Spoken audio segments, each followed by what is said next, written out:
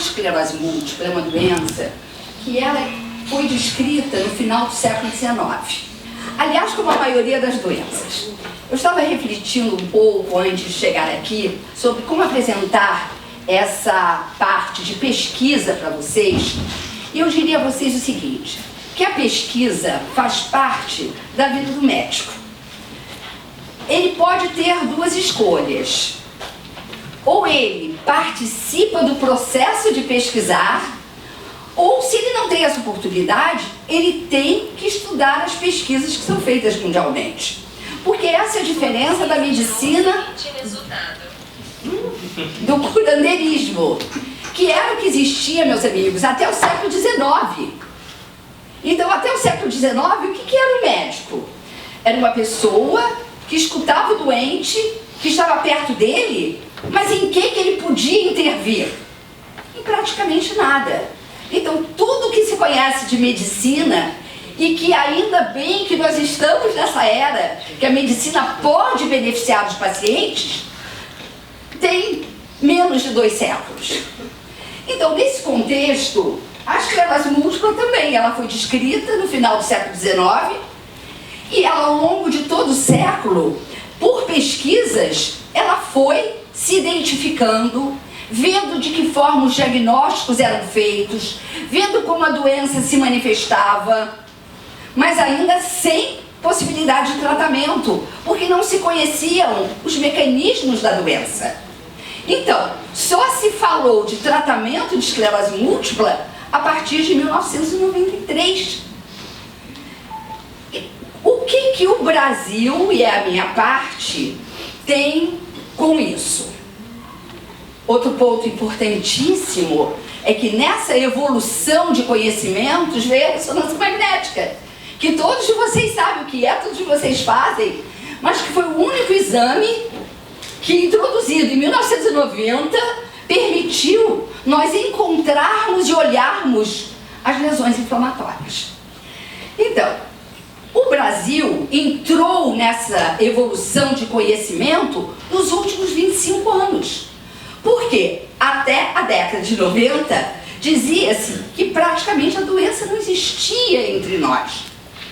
E por que isso acontecia? Isso acontecia... Não está ajudando, isso. Isso acontecia porque, desde que se conhece a doença, no início do século, sabe-se que ela tem uma distribuição diferente no mundo.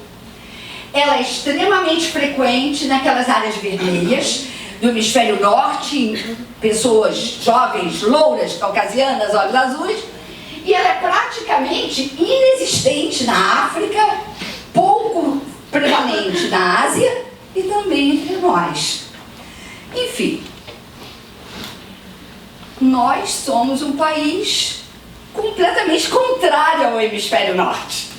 Nós temos clima quente, nós somos uma população altamente miscigenada e por isso nós temos baixa prevalência da doença. Mas isso não quer dizer que a doença não exista. Então, os doentes começaram a ser identificados pelo avanço dos conhecimentos, pela introdução da ressonância magnética, pela formação de especialistas que passaram a identificar a doença. Então, tudo que se conhece no Brasil tem 25 anos. E eu acho que isso explica uma experiência que todos vocês passam. A doença é pouco conhecida. Os próprios médicos de outras especialidades não conhecem a doença. Possivelmente, pela faculdade, a doença não é ensinada. E eu vou dizer a vocês, eu sou professora universitária, eu dou aula de neurologia. E há cursos que eu não consigo falar em esclerose múltipla. Por quê? Eu tenho que falar para o generalista das doenças comuns. Eu tenho que falar de AVC, eu tenho que falar de cefaleia, perfeito? Então, há uma lacuna na formação dos médicos e uma falta de conhecimento. E vocês sofrem com isso. Por quê? Ninguém se assusta de dizer um médico para o paciente ou o paciente ouvir: você tem diabetes. E é uma doença muito mais grave que esclerose múltipla. Mas quando vocês escutam pela primeira vez, você tem esclerose múltipla, Isso é um impacto. Eu sei isso porque todos os meus pacientes falam isso. É um impacto. É um impacto para os familiares, não é? Para vocês terem ideia, no Brasil inteiro houve um trabalho em 1939 e os restantes na década de 90. E um deles foi exatamente no Hospital da Lagoa, Rio de Janeiro, foi o primeiro trabalho do Rio de Janeiro.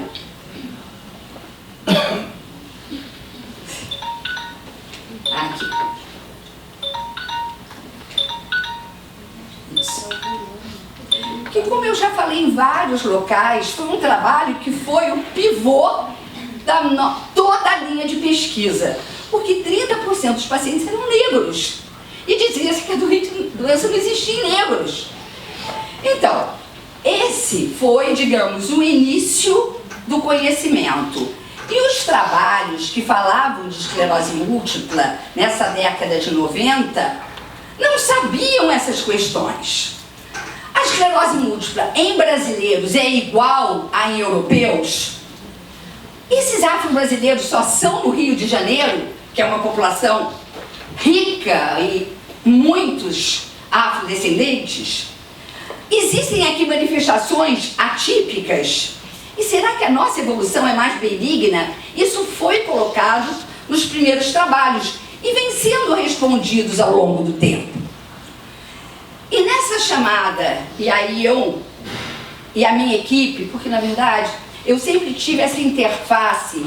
Eu sou uma médica assistencial, mas eu também sou professora de uma universidade. Então, eu sempre trouxe para junto do meu grupo esse binômio. E nós passamos o grupo, com grupos nacionais e internacionais, a tentar entender a enfermidade, para saber até o que dizer para vocês. Então, uma pergunta que todos nos fazem: afinal, por que eu tenho a doença? Bem, não se sabe por quê. Essa pergunta no mundo inteiro não se sabe.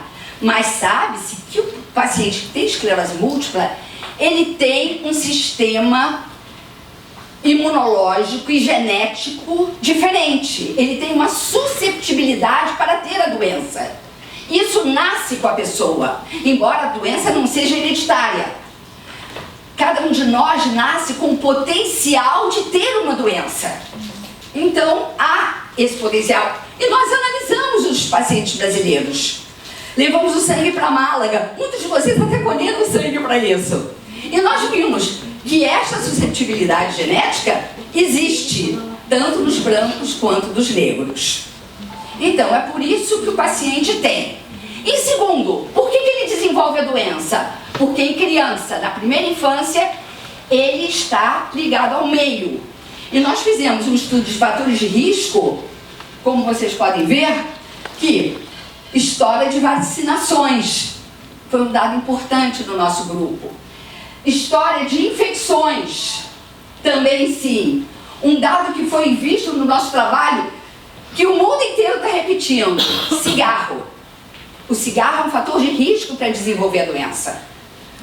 E outras coisas interessantes, enfim. Álcool não teve a ver e antecedentes europeus.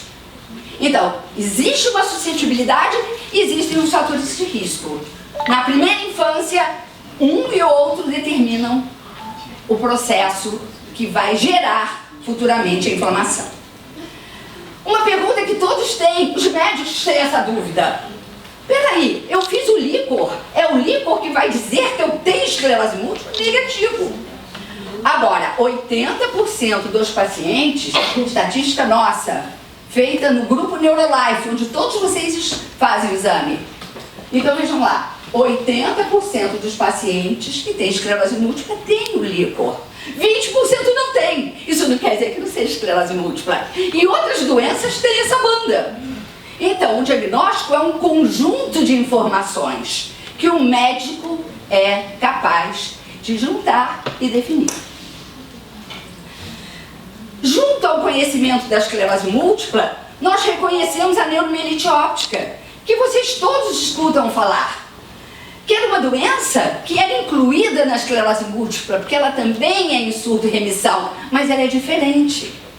ela é muito mais grave, ela afeta o nervo óptico, ela tem uma alta mortalidade. 40% dos pacientes de neuromielite óptica morrem. E a mortalidade de esclerose múltipla é igual à da população. Eu, aliás, estou fazendo um trabalho sobre isso, mostrando para vocês que não há diminuição do tempo de vida. Então, vocês têm uma doença diferente. E se o médico não sabe que a doença é diferente e ela é parecida, ele vai medicar de uma forma errada. Então, aqui a primeira comparação mostrando a diferença entre neuromielite e esclerose múltipla, embora ambas tenham neurite e ambas possam dar mielite, mas são características diferentes. E esse foi o trabalho primeiro no Brasil, com o professor Poser, na qual nós descrevemos os primeiros casos de neuromielite óptica no Brasil e que foram do Hospital da Lagoa. Bem, hoje eu sempre estudo esse tema. Eu entrei no chamado PubMed, que é onde nós temos todos os artigos publicados do mundo sobre a doença. E eu fiz essa análise. No mundo foram publicados, de 1950 para cá, 157.782 artigos sobre esclerose múltipla. E desses, meus amigos, hoje, 4.450 foram do Brasil. Então vocês vejam que nós em 25 anos, quando eu digo nós, os outros grupos de pesquisa, São Paulo, Brasília, Minas Gerais, as grandes universidades, Campinas. Então, criou-se o interesse e cada vez mais nós temos dados de como a doença se comporta, de como é a resposta terapêutica, de mudanças de exames. Então, eu posso dizer a vocês que no Brasil, isoladamente, a esclerose múltipla é a doença que nos últimos 25 anos tem sido mais pesquisada, no Brasil e no mundo. Porque surgiu um mecanismo da doença e com ele a possibilidade de tratamento. Outros pontos que foram evoluindo ao longo de 25 anos é que nós não sabíamos a prevalência da doença e nós hoje em dia sabemos. Rio de Janeiro, qual é a prevalência da doença? 18 por 100 mil. Então, entre 100 mil pacientes, 18 têm esclerose múltipla. Como é que é a prevalência disso no mundo, na Suécia? Em 100 mil suecas, 350 têm esclerose múltipla. Então, essa é a diferença. Nós somos áreas de baixa prevalência e eles são áreas de alta prevalência. Ao longo desse tempo, e junto com uma grande equipe, nós temos pesquisado a parte neuropsicológica dos pacientes. Isso é uma coisa importante. Pacientes com esclerose múltipla, eles não demenciam. A doença de vocês não leva à demência, mas é possível haver lapsos. E muitas vezes esses lapsos não são reconhecidos na testagem habitual. Agora, esses lapsos, em alguns, são maiores. E que aí levam à dificuldade do trabalho, perfeito? Isso faz parte da doença, em alguns pacientes. Mas a ampla maioria dos pacientes, a questão cognitiva formal, ela é conservada. E isso era uma dúvida que os leigos falam, né? Ah, você está esclerosado. Tem nada a ver. Esclerosado é uma expressão que era usada para os que tinham antigamente a chamada demência senil, que nem se usa mais, né? Mas quando a pessoa é ignorante, por ignorar, não é? Não é por mal, porque todos nós somos ignorantes em alguns assuntos. Então, a questão de ignorar leva a falsas ideias. Outro dado que também tem chamado a nossa atenção, que é uma pergunta sempre de vocês, o problema da hereditariedade. Então, até hoje não foi encontrado um gene que ele determine a esclerose múltipla. Existem múltiplos genes associados à resposta imunológica, que é o que eu mostrei a vocês. Essa resposta imunológica vocês vão entender melhor, porque vocês toda hora escutam um paciente que vai precisar de um transplante. Então procura-se no mundo qual é o perfil HLA, que é parecido com o dele.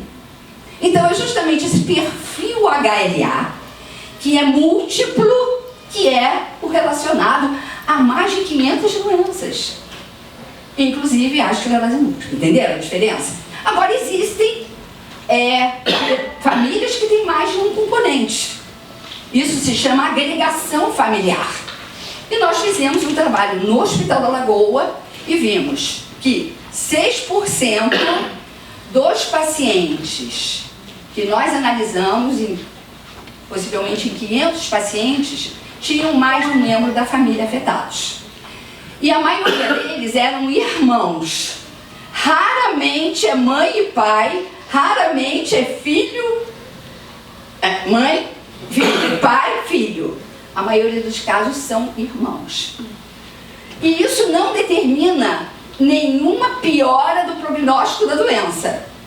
Apenas é possível essa agregação familiar. Então aqui está a lista dos pacientes, como vocês veem lá, olha. Um pai e uma filha, uma mãe e uma filha. 2 mães e uma filha. Quer dizer, 3 que foi direto.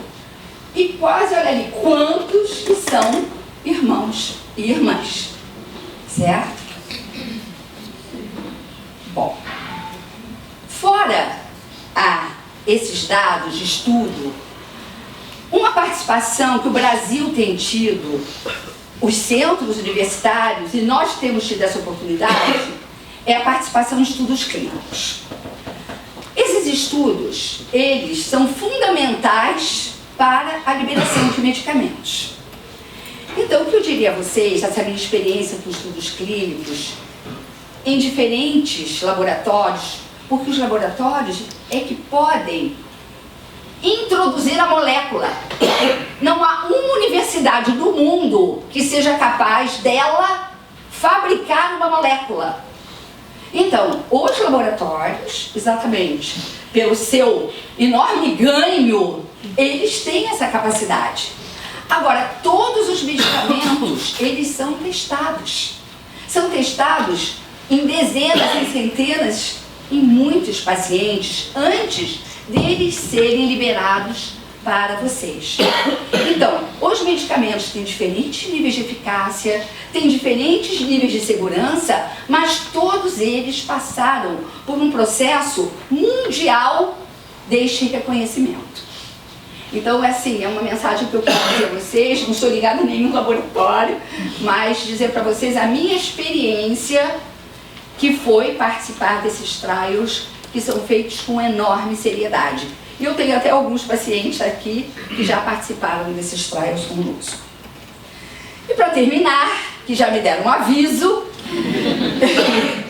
e eu ficaria até amanhã de manhã falando sobre pesquisa, eu quero dizer que tudo que tem sido construído no Rio de Janeiro, à minha volta, foi pelas grandes parcerias que nós tivemos com 2 instituições públicas, que é o Hospital da Lagoa e a Universidade Federal do Rio de Janeiro, pelo fato de nós termos dentro da Rio uma pós-graduação que gera mestres e doutores e que permite, então, que nós possamos transformar o conhecimento que nós adquirimos com vocês, e eu agradeço a todos por terem sempre participado de todas as pesquisas que nós propusemos, porque também esse conhecimento você podem ter certeza que é dirigido para vocês. E por final, ao Marcos, que na verdade dentro de mim é o início de todo. Muito obrigada.